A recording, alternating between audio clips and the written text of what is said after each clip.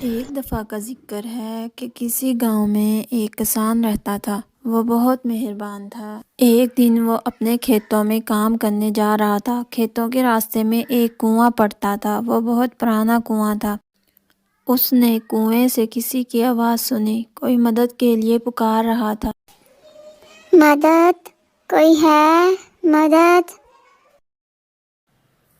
یہ کنواں ایک جادوگر کے قبضے میں تھا۔ کسان نے سوچا، شاید جادوگر عورت کا روپ بدل کر مجھے پھنسانے کی کوشش کر رہا ہے۔ جب یہ آواز مسلسل 3 دن تک آتی رہی تو کسان نے ایک دن کنویں میں جھانک کر دیکھا۔ یہ ایک خوبصورت پری تھی جو زنجیروں میں جکڑی ہوئی تھی۔ اس پری نے کسان سے کہا، تم میری مدد کرو اور جب تک میں ان زنجیروں میں جکڑی رہوں گی تب تک میرا کوئی جادو نہیں چل سکتا۔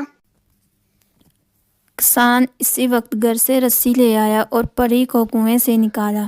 جب پری کنویں سے نکلی تو اس نے اپنے جادو کی چھڑی سے کنویں کو آگ لگا دی اور کنویں کے ساتھ جادوگر بھی مر گیا۔ پری نے کسان کا شکریہ ادا کیا اور کہا کہ جب کبھی میری مدد کی ضرورت پڑے تو مجھے بلا لینا۔ پری نے کسان کو ایک انگوٹھی دی اور کہا کہ جب تم مجھے بلانا چاہو تو یہ انگوٹھی اپنے ہاتھ میں پہن لینا۔